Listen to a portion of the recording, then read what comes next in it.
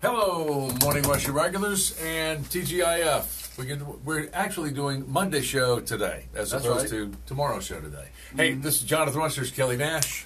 And happy trails to the weekend. But I got to ask you, Jonathan, when you were in high school, did you have a serious boyfriend, or not a serious boyfriend, a serious girlfriend for you? Yeah. You did? Yeah, serious. Like multiple years. We have a Morning Rush Irregular. She's a young lady who's graduated high school. Her and her boyfriend have been dating for about a year and a half. And now they're going to separate colleges. I did that. She's getting ready to leave. And she likes him a lot.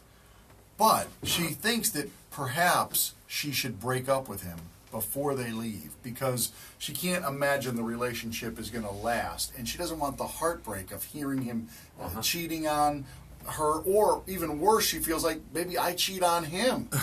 I don't want that stress. Whatever she said, what did she say again? She knows the relationship's not going to last. She assumes that it can't survive a long. If he's in another state, she's going to Clemson, I think. Yeah, she's already answered her own question. I'm thinking she's already answered her own question. If she feels like this is not going to work, then she knows him better than we do. But hey, it worked for me. I dated that girl for 2 years. Oh, after high school? Yeah. Oh, beautiful. Well, that's the Moral Dilemma Monday question, and we'll start that at 6:30 on Monday morning. Should you break up with your high school sweetheart before you go off to college? I love this story about, speaking of college, August 1st, which is coming up in 5 days, is a big day for the University of South Carolina. The new president, President Castleton's rolling into town. This guy killed a deer with his bare hands. I love that story. You may have read about it by now. It's on all the news pages on TV and newspaper across South Carolina. Well, the reason that story is so crazy, not just because he killed the deer with his hands, because this guy's a special ops guy who missed a deer 3 times with his shots. That's kind of embarrassing. I mean, and missed one of them from 10 yards. 10 yards, you missed a deer? When it was lying on the riverbank, or on the pond bank, and the lion and he still missed it. So, but it does have a great ending, where the guy the deer bolted at him, and he kind of made a sidestep like a matador, and then grabbed it by the neck and choked it out, and choked it dead. Well, I thought he said he drowned it. He had to drag it into the river or whatever and then kill it there. That's a crazy story, but maybe people have some funny, because you get out there in the woods for a long period of time. You probably got some funny hunting and fishing stories that people like to tell. Oh, I am sure you're going to hear some of those. Yeah. I got a couple, and I'll make sure that I'm not telling that one.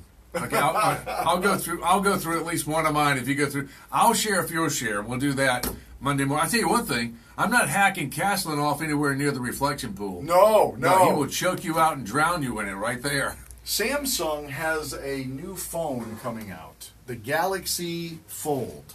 And it's just like you might imagine. It's a fold phone, Jonathan. Oh, that's cool. Not a flip phone, but a fold phone. Yeah, $1,980. Okay. Do you want a flip phone? Do you want a phone that folds? I think that I like this, just the regular phones that we have. I don't know, they're too big for your pocket. If it folds, it makes it easier for it to put in your pocket. I'm all about it. Really? Because you can't put the daggum notepad in your pocket. Every phone now is at least, 6 inches long, 4.5 inches wide. Get yourself a Merce.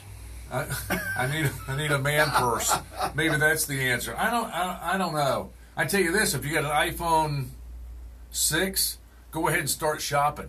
Have you heard about that? The new upgrade. The iPhone 6 does not support the Apple upgrade, and the upgrade's coming, and you can't avoid it. So figure out how you're going to get around that one. We have a new statistic here, which is fascinating to me. That right now. There's about 30% of Americans say that they have what's called a side hustle, and most of the times it's like a hobby that they've turned into a job. So it's like physical fitness trainers, photographers, club DJs, that sort of thing. And the average salary is $14,705 per year on their side hustle. So these people are making a lot of money. That's $300 a week off of hobbies. So.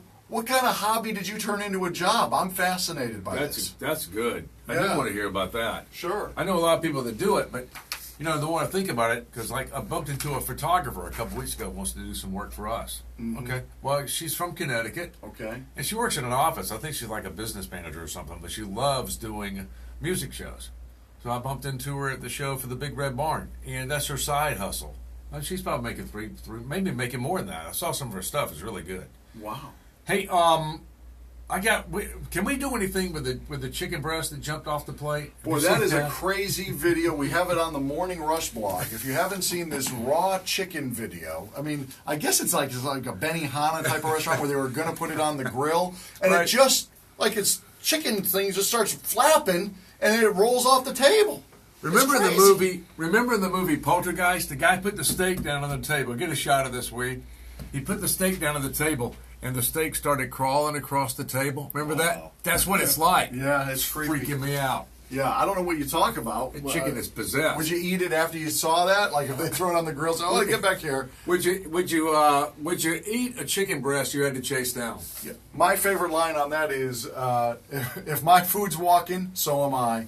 I'm not eating that. We've got Account Temps has a survey, Jonathan, and maybe we should change the work week according to Account Temps. Roughly 75% of your work is done Monday and Tuesday. The rest of the week, you do 25% of the work. Wednesday, Really? Thursday, Friday. The most productive time of the day is Monday afternoon. So Monday afternoon, by Monday, you've done a lot of work. You did it probably about 35-40% of the week. Tuesday, you did the other part. You're up to 75% of your workload is completed on Monday and Tuesday. And then 25% divvied up amongst the final 3 days of the week. That's fascinating. We got business owners right now thinking, I got to make a note of this. Yeah. Watch your employees on Monday afternoon. Do you get most of your work done on Monday afternoon and then Tuesday? And then you coast till the weekend? Well, we do here on Yeah. the Morning Rush. All right, listen, there's some of the things we want to talk about on Monday. Don't forget, it's the moral dilemma. Yep. We got to have your advice on this for a Morning Rush Irregular. Lives could be hanging in the balance. And then at 7:15, which one did we say we're going to do? Funny hunting and that's fishing good. stories. That's good. So if you choked out a deer, or maybe you didn't, maybe you choked out a buddy, I don't know, maybe you got left in the woods.